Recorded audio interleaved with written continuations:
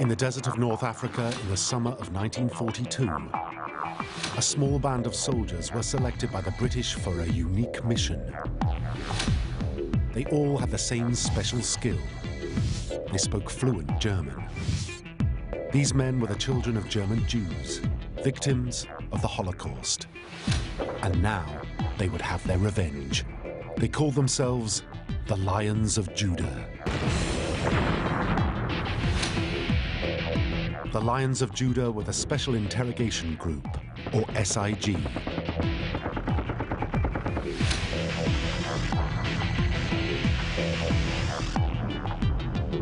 They consisted of less than 40 men and were operational for just 6 months in 1942. Operating exclusively behind enemy lines, their mission was simple: elimination, sabotage, and demolition. Anything that would disrupt and demoralize the German army. In all of their operations, they would face overwhelming odds.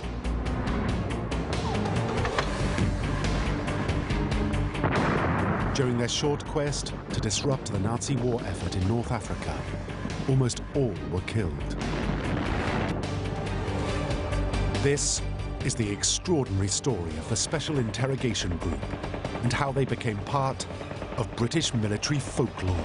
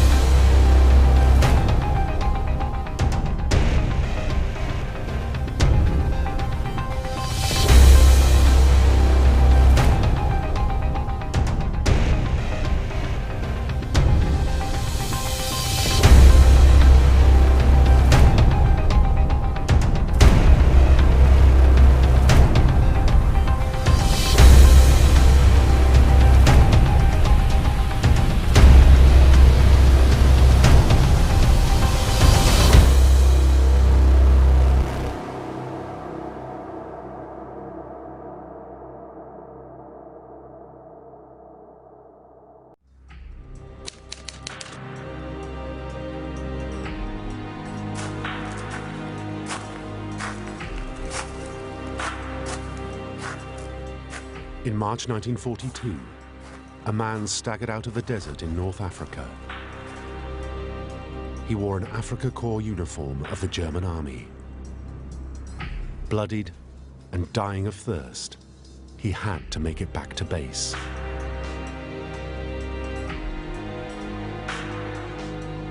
Finally, after many days, he glimpsed civilization.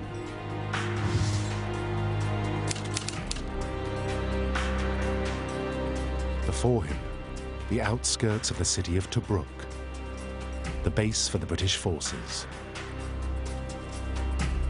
He was quickly spotted, picked up, and taken to the British HQ, where he was treated for his wounds, given clean clothes and a stiff drink, then driven to British High Command in Cairo.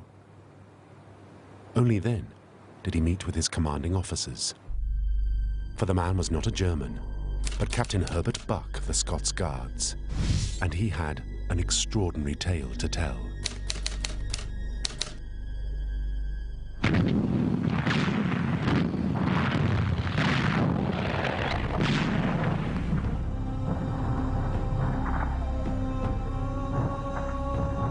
Buck had been out fighting with the British 8th Army west of Tobruk in January 1942, when he was wounded and captured. He was shackled and taken away in a truck, but the Germans had no idea just how dangerous this soldier was.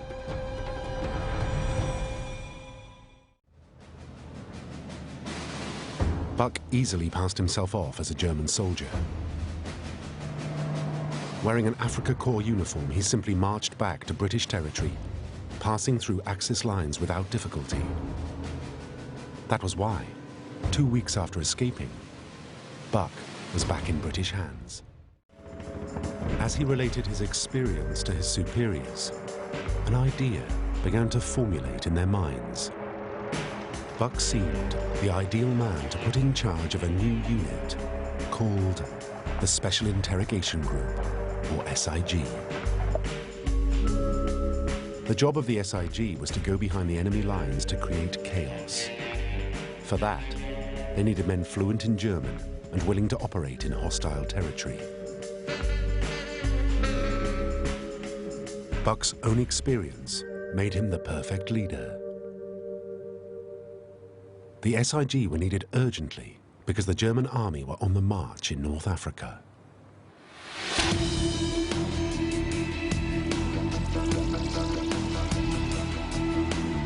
General Erwin Rommel and his Africa Corps had landed at Tripoli in Libya in February 1941.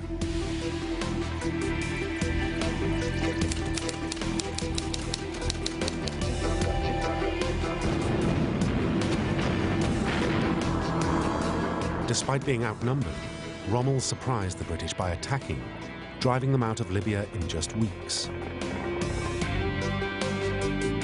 As the British were forced to retreat to the Egyptian border, they realized it would take more than just conventional forces to beat this foe. That was why the SIG was formed.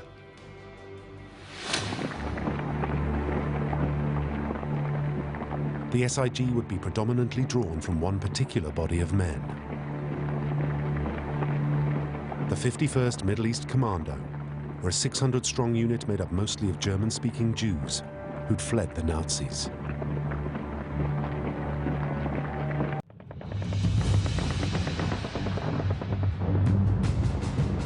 In October 1941, the 51st were part of a commando force whose mission was to attack Rommel's headquarters and kill him.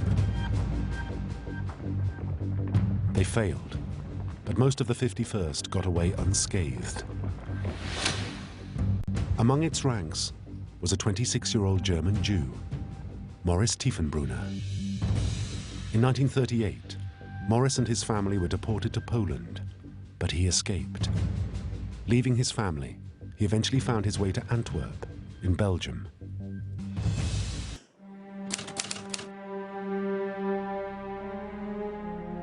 With help from the Jewish underground movement in Europe, Tiefenbrunner and 950 other Jewish refugees boarded a ship in Marseille bound for Palestine in June 1939.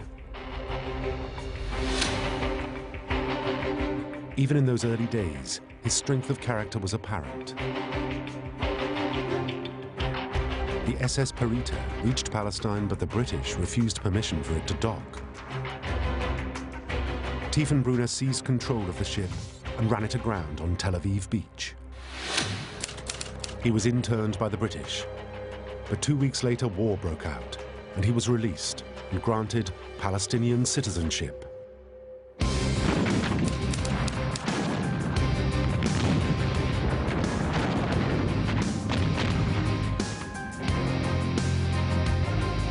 He enlisted in the British Army and fought with the 51st Commando, where he witnessed the horrors of desert warfare.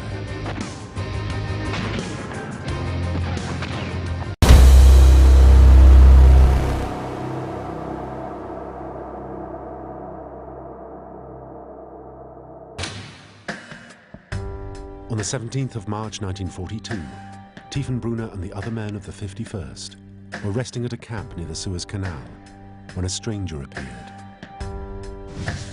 It was Captain Herbert Buck. A cryptic entry by the commanding officer in the 51st diary for that day reads, "Captain Buck selects Germans." Buck said he was looking for men for a different kind of challenge. In the days that followed, Buck recruited almost 30 men to his new SIG, including Tiefenbrunner.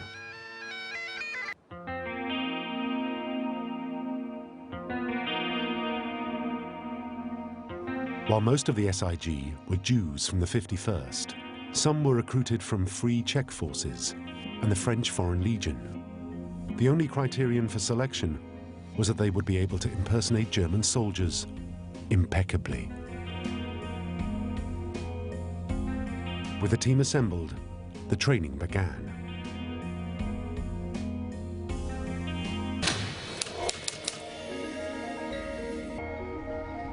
The SIG had to master all aspects of German military machinery, weaponry, and conduct, because their disguise had to be flawless.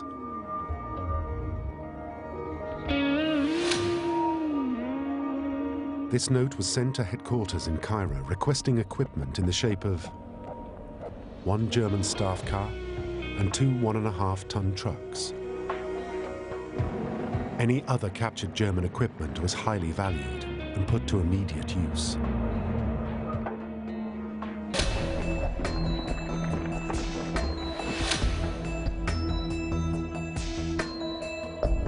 But then Buck took a gamble and recruited 2 German prisoners of war to help in the training.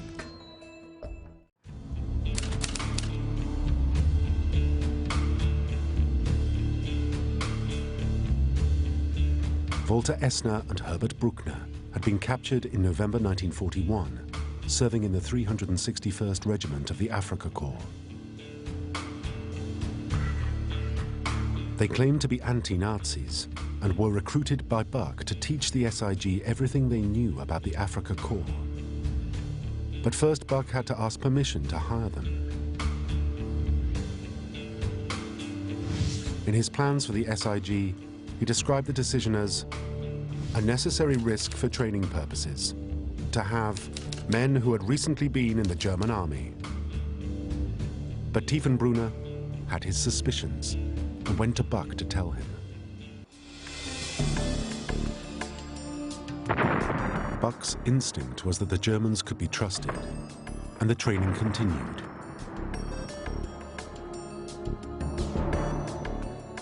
The SIG were based on their own site, but within earshot of the main British camp. Every morning, the British would hear the SIG being woken with the alarming words, "Company Aufsteher," or "Company, get up."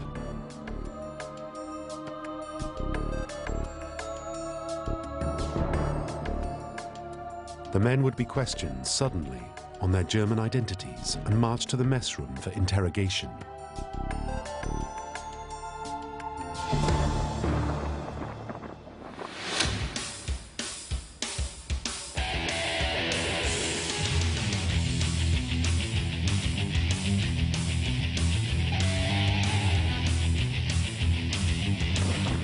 The tough regime knitted them into a team that became experts in handling explosives, desert navigation, and unarmed combat. They also became skilled mechanics and drivers of German vehicles. But no one in the camp had any idea what mission these men were training for.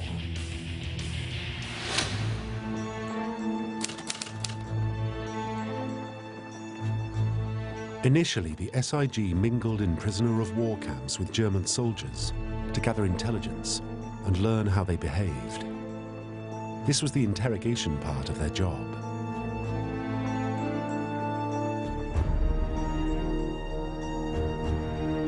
Only then could they be deployed on exploratory sorties behind enemy lines.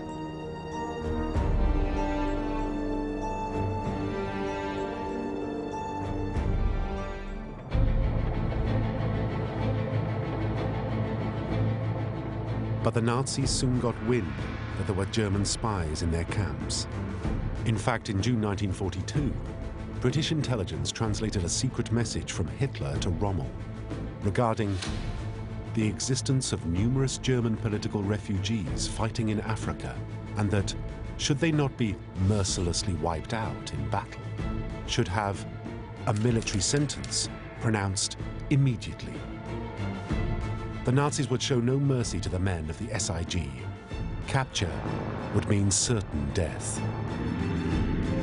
But by now, the SIG were needed more than ever, because the war in North Africa had taken a turn for the worse.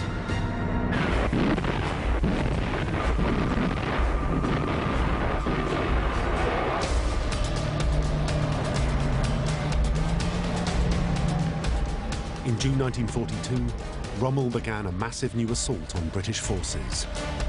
His Afrika Korps crossed the Egyptian border and drove the British 8th Army deep into Egypt.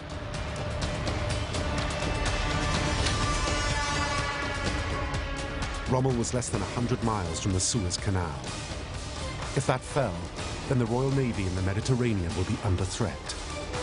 Now was the time for the SIG. And their first mission was about as deadly as it could be.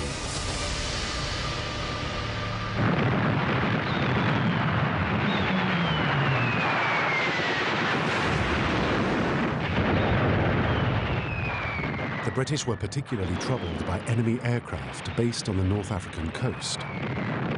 They were bombing Royal Navy ships resupplying the 8th Army.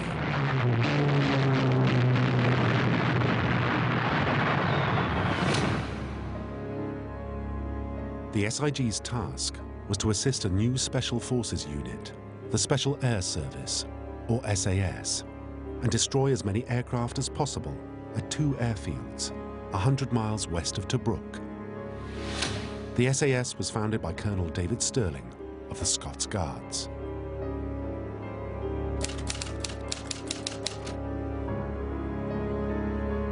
Stirling had a lot to prove. A third of the SAS had been killed or captured on their very first operation in Libya. It was Stirling who requested that the SIG assist with his new mission. But were they ready for action? Though he was keen to fight the Nazis, Maurice Tiefenbrunner still had real concerns about the 2 Germans training the SIG.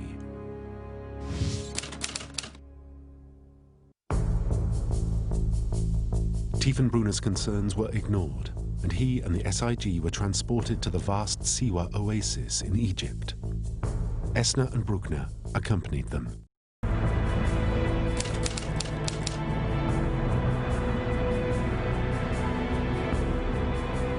From there, 12 SIG men, including Tiefenbrunner, boarded a captured Afrika Korps truck and a British 3-ton lorry.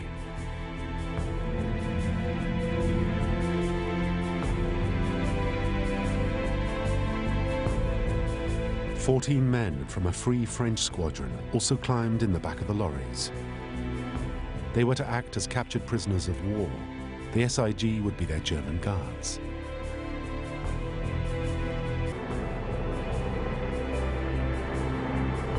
On the 8th of June 1942, the SIG set out from Siwa, escorted by the SAS.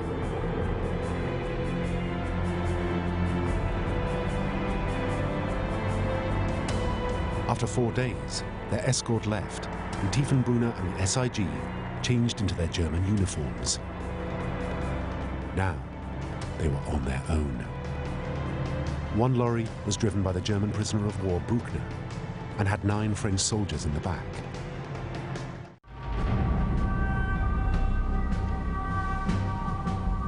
Atop each truck was an SIG guard, posted German style, as a lookout. Each man carried a German-issue Luger pistol, machine gun, bayonet, and grenades.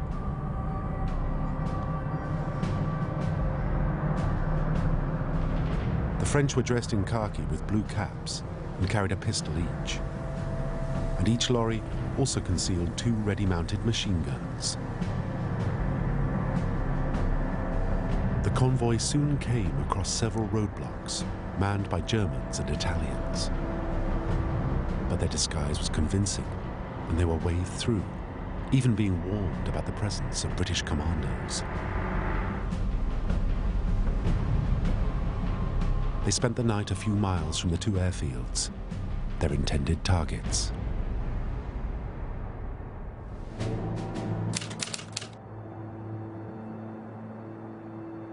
The next day, they carried out their first reconnaissance. The Germans Esner and Bruckner were sent to a German outpost and came back with the password for entry to the airfields. The raid could now begin.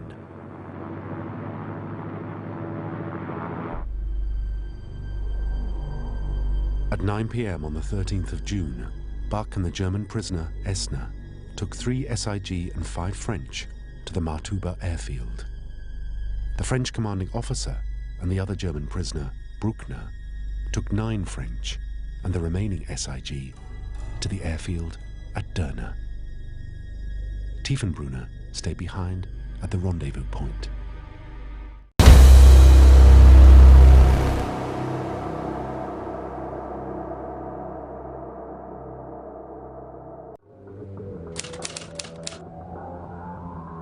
Later that night, Buck's group returned to Tiefenbrunner with no casualties and revealed that their mission had been a total success.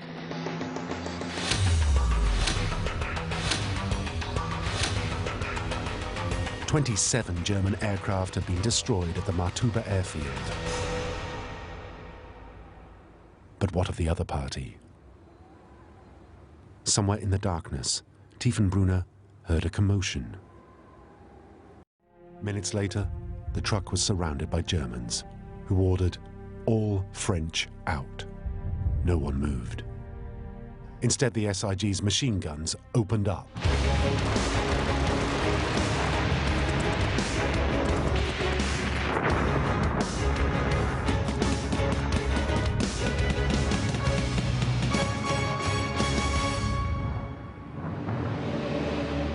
In the fierce firefight, many Germans died, but not before they'd killed the 3 SIG men and 7 Free French soldiers.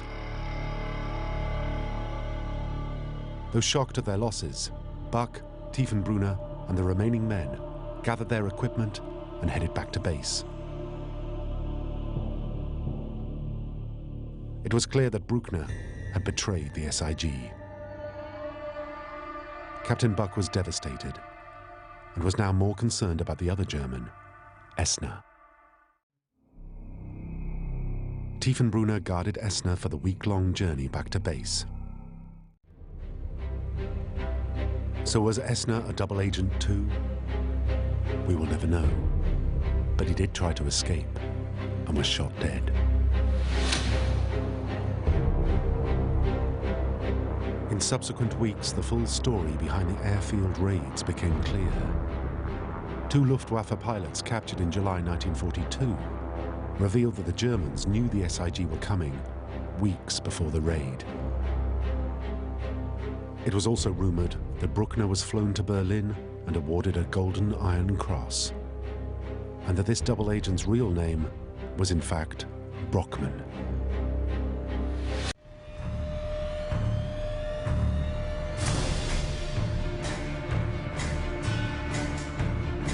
And though the raid on the airfields was partly successful, it didn't slow Rommel's Afrika Korps.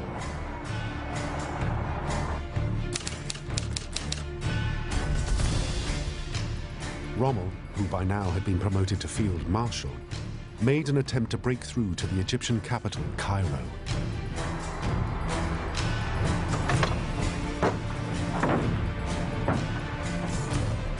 If Cairo fell, it would only be a matter of time before the German army reached the Suez Canal and controlled all shipping in and out of the Mediterranean. A British defeat looked to be on the cards. But Lieutenant General Bernard Montgomery had other ideas.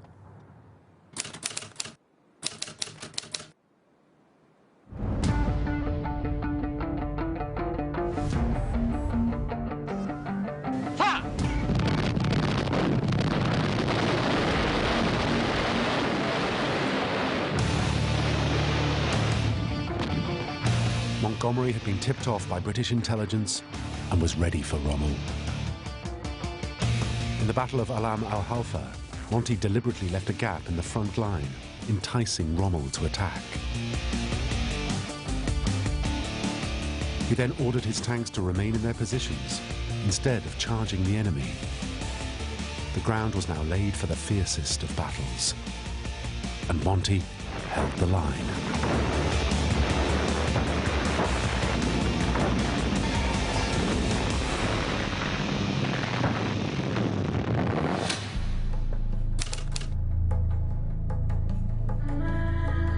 Meanwhile, British High Command in Cairo once again summoned Captain Herbert Buck of the SIG, where he was given orders for the SIG's next mission. It was even more dangerous than their first. In early September 1942, Tiefenbrunner and the other commandos were sent to a new base deep in the Sahara called Kufra.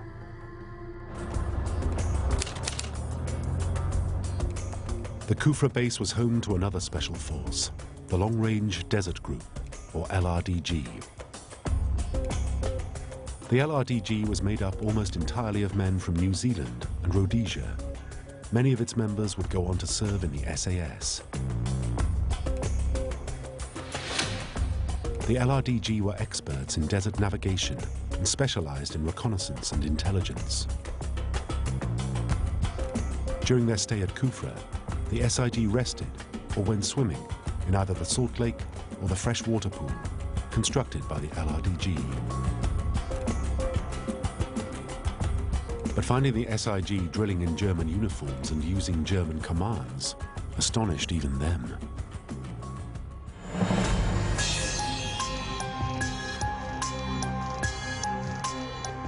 Then on the 5th of September, Lieutenant Colonel John Hazelden, the man who would command the SIG on their next mission, and 83 men of the SAS, drove into the Kufra base. Hazelden was born in Egypt and was fluent in both Arabic and Italian. His love for the land of his birth was his motivation for keeping the Nazis out.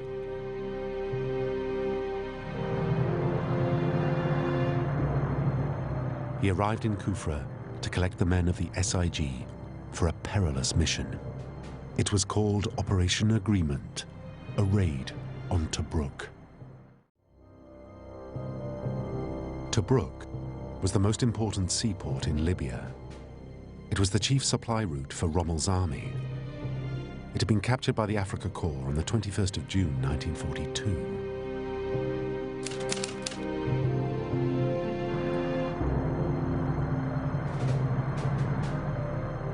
By September, Tobruk and the surrounding coastline had become heavily fortified. Rommel had 50,000 men and over 400 tanks in and around the port, and there were anti-aircraft and shipping defences spread along the shoreline. The British knew that if they could destroy Tobruk, they would strangle Rommel's army. Operation Agreement was to be a three-pronged attack.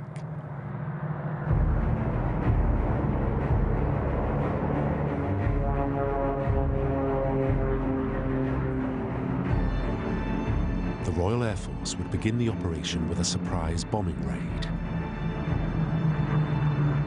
The combined SAS and SIG team, codenamed Force B, were to destroy the coastal guns east of Tobruk.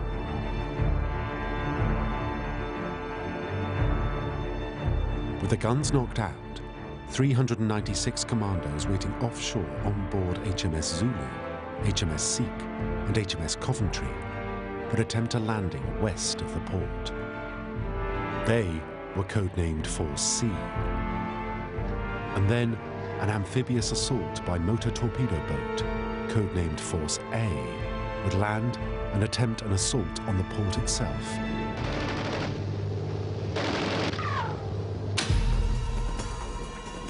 As in the raids on the Libyan airfields in June, the SIG would play the same trick they trained for. The SIG were to be disguised as Germans, but this time would be escorting British prisoners of war, the SAS. The SIG would be dressed in German uniforms, speaking German, and carrying German weapons, paybooks, insignia, cigarettes, chocolates, and even love letters from fictitious wives in Germany. Joining Captain Buck and the SIG for this mission was a new officer from the SAS. Lieutenant David Russell had approached Buck and volunteered his services. Russell had no illusions about what he was getting into.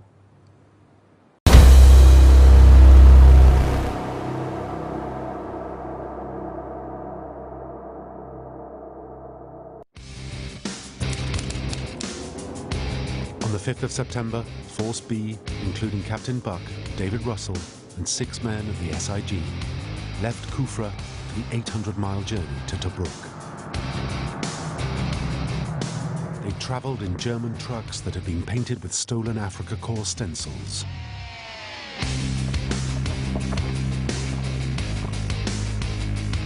After leaving their base, Force B were soon finding the going hard. In searing heat, they had to negotiate great seas of sand and almost sheer cliffs to reach their objective.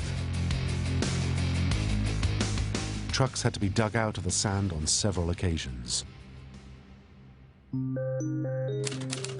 But on the 10th of September, Force B reached Hatiat Etla, a depression in the desert, where they could hide and rest without fear of discovery. They would stay here for 3 days, rehearsing their assault on Tobruk, even having time to pose for photographs. This is most of the group, with Lieutenant Colonel Hazelden in the center. Here are the sappers in the group. On the 13th, Hazelden read his men a morale-boosting telegram. It came from Churchill himself.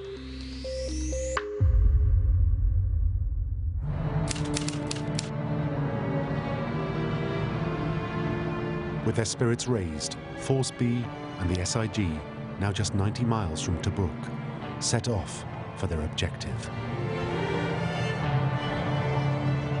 At first, the convoy did not attract attention from the German and Italian patrols.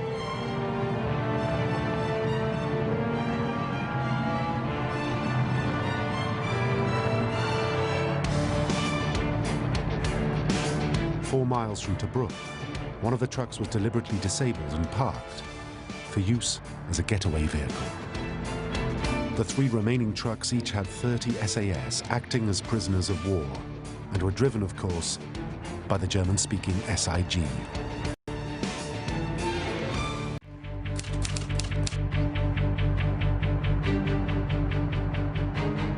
It was now 10:30 p.m.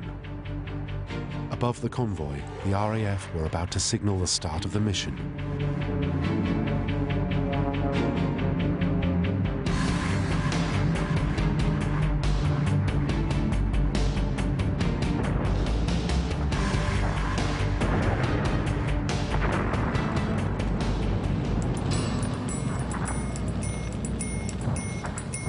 Under cover of the bombing raid, Hazelden, Buck, Russell and Force B reached a small house overlooking Tobruk.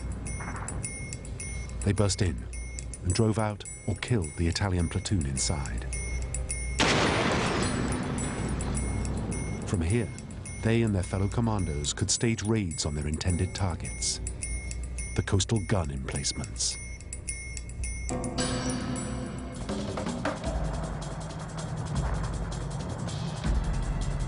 The SIG and SAS teams worked separately through the night and knocked out as many of the guns as they could. At 2 a.m., they were satisfied that enough guns had been destroyed and signaled that landings could commence. So far, Operation Agreement was going to plan. But as the sun rose above the horizon on the 15th of September, the enemy, now fully alerted, regrouped and closed in on Force B.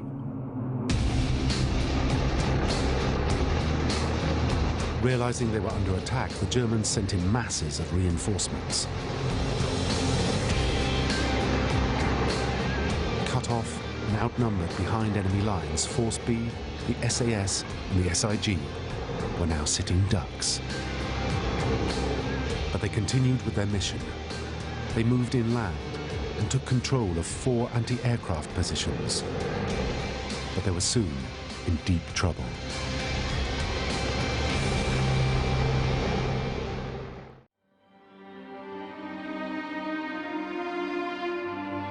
Though they'd achieved their objective, Force B were now isolated and alone in hostile territory. They knew they were in trouble and managed to get a message to headquarters. They received a reply that shook them. It acknowledged that Force B had done its job, but HMS Sikh had been disabled.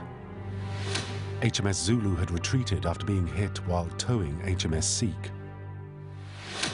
HMS Coventry had been hit and was on fire, and that Force A had failed to land and were withdrawing. Operation Agreement had failed. commander of Force B, Lieutenant Colonel Haselden, knew that time was running out. He now ordered everyone to destroy their belongings. And then he gave the order to retreat. The SIG retrieved the getaway truck. Haselden jumped into the truck with the remnants of Force B and drove off. But after just a few hundred yards, he braked hard and jumped out. He decided to stall the enemy by standing and fighting.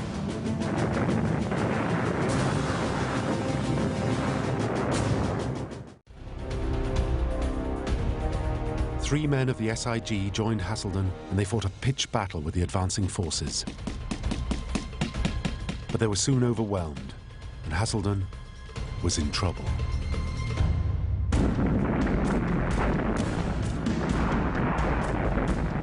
But thanks to Haselden, the SIG had enough time to escape.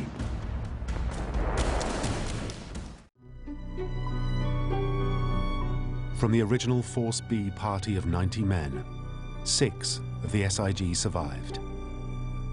Together they marched across the desert in search of Allied forces. After many close calls with the enemy and suffering from malnutrition and dehydration, Captain Buck, David Russell, and the SIG reached Allied lines 2 months later, on the 18th of November, 1942. The assault on Tobruk had been an unmitigated disaster. From a fighting force of about 1,000, the Allies lost 746 men, along with HMS Coventry, HMS Sikh, HMS Zulu, and several other amphibious boats. German and Italian casualties amounted to just 16.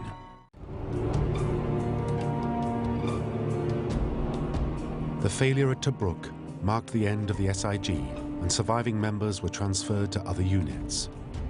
Many would distinguish themselves in battles to come. Lieutenant David Russell later joined British intelligence, but was murdered in Romania in 1943. In letters to his family, there was no doubt of his fondness for his comrades in the SIG.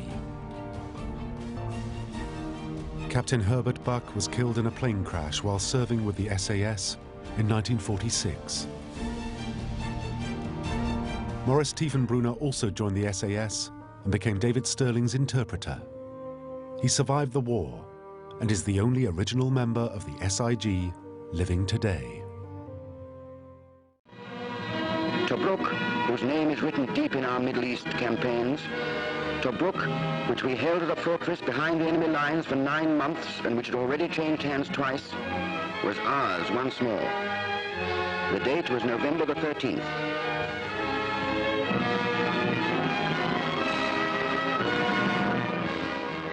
The British forces in the Second World War spawned many daring, special or unconventional units. The SIG were the least known, but those that passed through its ranks were unique in their background, their training, but above all, their courage.